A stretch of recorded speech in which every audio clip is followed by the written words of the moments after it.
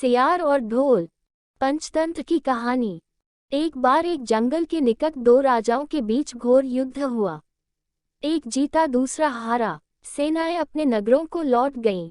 बस सेना का एक ढोल पीछे रह गया। उस ढोल को बजा बजाकर सेना के साथ गए भाट व चारण रात को वीरता की कहानियां सुनाते थे। युद्ध के बाद एक दिन आंधी आई।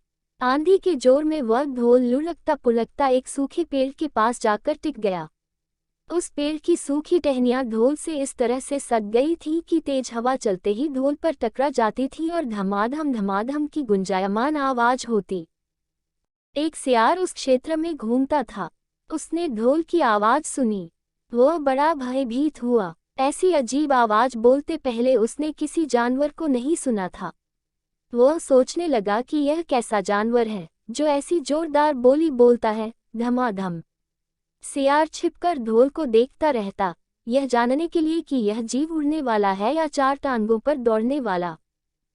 एक दिन सियार झाड़ी के पीछे छुपकर ढोल पर नजर रखे था। तभी पेड़ से नीचे उतरती हुई एक गिलहरी कूदकर ढोल पर उतरी। हल्की सी ढाम की आवाज भी हुई। गिलहरी ढोल पर बैठी दाना कुतरती रही। सियार बड़बड़ाया, ओह, तो यह कोई हिंसक जीव नहीं है, मुझे भी डरना नहीं चाहिए। सियार फूंक फूंक कर कदम रखता ढोल के निकट गया। उसे सूंघा। ढोल का उसे न कहीं सिर नजर आया और न पैर। तभी हवा के झोंके से टहनियां ढोल से टकराईं। धम की आवाज हुई और सियार उछलकर पीछे जा गिरा। अब समझ आया। सियार उठने की कोशिश करता हुआ बोला, यह तो बाहर का खोल है। जीव इस खोल के अंदर है। आवाज बता रही है कि जो कोई जीव इस खोल के भीतर रहता है वह मोटा ताजा होना चाहिए, चर्बी से भरा शरीर, तभी ये धम धम की जोरदार बोली बोलता है। अपनी मांद में घुसते ही सियार बोला, ओ सियारी, दावत खाने के लिए तैयार हो जा। एक मोटे ताजे शिकार का पता लगाकर आया हूँ। सियारी पूछने लगी, तुम उसे मार कर क्यों नहीं लाए? सियार ने उसे झिड़की दी, क्योंकि मैं तेरी तरह मूर्ख नहीं हूँ। वह एक खोल के भीतर छिपा बैठा है। खोल ऐसा है कि उसमें दो तरफ सूखी चमड़ी के दरवाजे हैं। मैं एक तरफ से हाथ डाल उसे पकड़ने की कोशिश करता तो वह दूसरे दरवाजे से न भाग जाता। चांद निकलने पर दोनों ढोल की ओर गए। जब वे निकट पहुंच ही रहे थे कि फिर हवा से टहनियां ढोल पर टकराईं और धम धम की आवाज निकली। सियार सियारी के कान में बोला, सुनी उसकी आवाज? जरा सोच, जिसकी आवाज ऐसी गहरी है वह खुद कितना मोटा ताजा होगा। दोनों ढोल को सीधा कर उसके दोनों ओर बैठे और लगे दांतों से ढोल के दोनों चमड़ी वाले भाग के किनारे फाड़ने। जैसे ही चमड़ियां कटने लगी, सियार बोला, होशियार रहना, एक साथ हाथ अंदर डाल शिकार को दबोचना है। दोनों ने की आवाज के साथ हाथ ढोल के भीतर डाले और अंदर टटोलने लगे। अंदर कुछ नहीं था, एक दूसरे के हाथ ही पकड़ में आए। दोनों चिल्लाए, हैं, यहाँ तो कुछ नहीं है, और वे माथा पीट कर रह गए। सीख। बड़ी बड़ी शेखी मारने वाले लोग भी ढोल की तरह ही अंदर से खोखले होते हैं। यह कहानी सुनने के बाद पिंगलक ने कहा, भाई, मैं क्या करूं? जब मेरा पूरा परिवार और सभी साथी भयभीत होकर भागने पर तुले हैं तो अकेला मैं ही कैसे धैर्य से रह सकता हूँ? दमनक ने कहा, इसमें आपके सेवकों का क्या दोष है? जैसा मालिक करेगा वैसा ही सेवक करेंगे। तो भी आप तब तक यहाँ ठहरिए जब तक मैं उस आवाज के विषय में ठीक ठीक पता न लगा लूं। पिंगलक ने आश्चर्य से पूछा, क्या तुम वास्तव में वहां जाने की सोच रहे हो? दमनक ने जवाब दिया, स्वामी की आज्ञा से तो योग्य सेवक कोई भी काम कर सकता है, चाहे उसे सांप के मुंह में हाथ डालना पड़े या समुद्र ही पार करना पड़े। राजाओं को चाहिए कि ऐसे ही सेवक को सदा अपने निकट रखें। पिंगलक ने कहा, अगर ऐसी बात है तो जाओ, भद्र, तुम्हारा मार्ग मंगलमय हो। दमनक उसको प्रणाम करके आवाज की दिशा में चल पड़ा। पिंगलक को पछतावा होने लगा कि मैंने बेकार ही दमनक की बातों में आकर उसे अपने मन का भेद बता दिया। उसका क्या विश्वास, पहले मंत्री का पद छिन जाने के कारण वह खिन्न तो है ही, बदला लेने के लिए यह भी तो हो सकता है कि दमनक लालच में आकर शत्रु से मिल जाए और बाद में घात लगाकर मुझको ही मरवा दे। खैर, अब तो एक ही रास्ता है कि कहीं दूसरी जगह छिपकर दमनक के आने की राह देखी जाए। उधर दमनक खोजते खोजते संजीवक के पास पहुंचा तो उसकी खुशी का ठिकाना न रहा। जिसके डर से सिंह की जान निकल रही थी, वह तो यह मामूली सा बैल है। दमनक इस स्थिति से लाभ उठाने की सोचने लगा। अब तो इस बैल से संधि या विग्रह कुछ भी करके पिंगलक को सहज ही अपने वश में किया जा सकता है।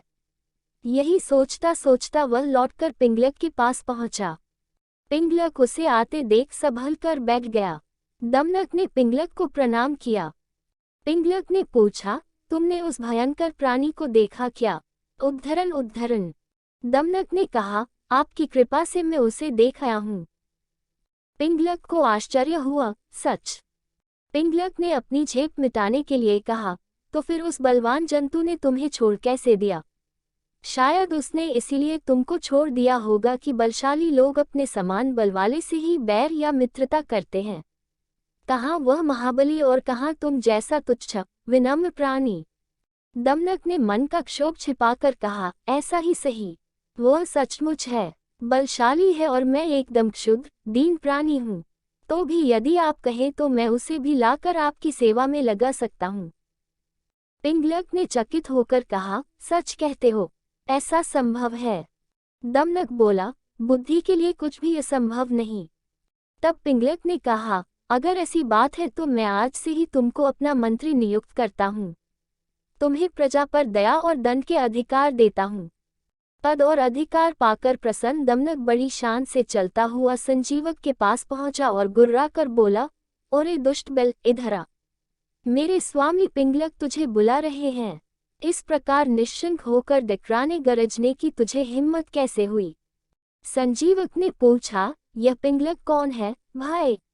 दमनक ने जवाब दिया, अरे तू क्या वनराज सिंह पिंगलक को नहीं जानता?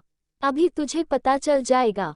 वह देख, बरगद के पेड़ के नीचे अपने परिवार के साथ जो सिंह बैठा है, वही हमारे स्वामी पिंगलक हैं। यह सुनकर संजीवक की कपकपी छूट गई। वह कातर स्वर में बोला, भाई तुम तो चतुर सुजान लगते हो। अपने स्वामी से मुझे माफ करवा दो तो मैं अभी तुम्हारे साथ चला चलता हूँ।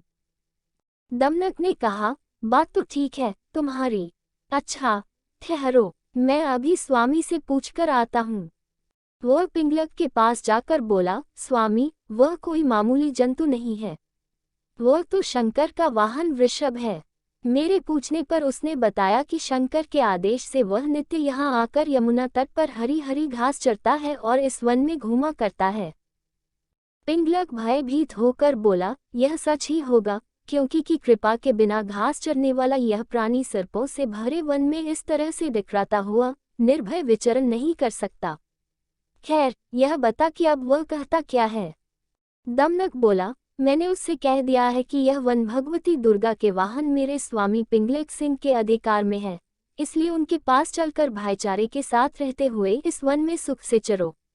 मेरी बात सुनकर उसने आपसे मित्रता की याचना की है। पिंगलक बहुत खुश हुआ। वह प्रशंसा करते हुए बोला, मंत्रवत तुम धन्य हो।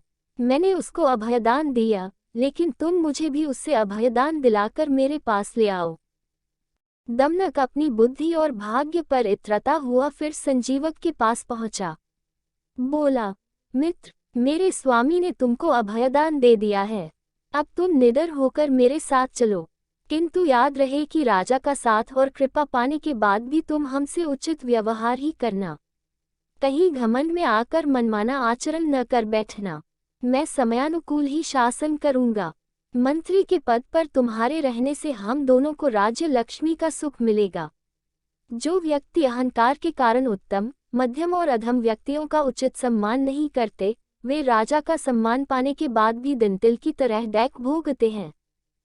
संजीवक ने पूछा, यह दंतिल कौन था? दमनक कथा सुनाने लगा। व्यापारी का पतन और उदय। बच्चों, इस कहानी को सुनने के लिए सुनिए अगला अंक किसी चैनल पर।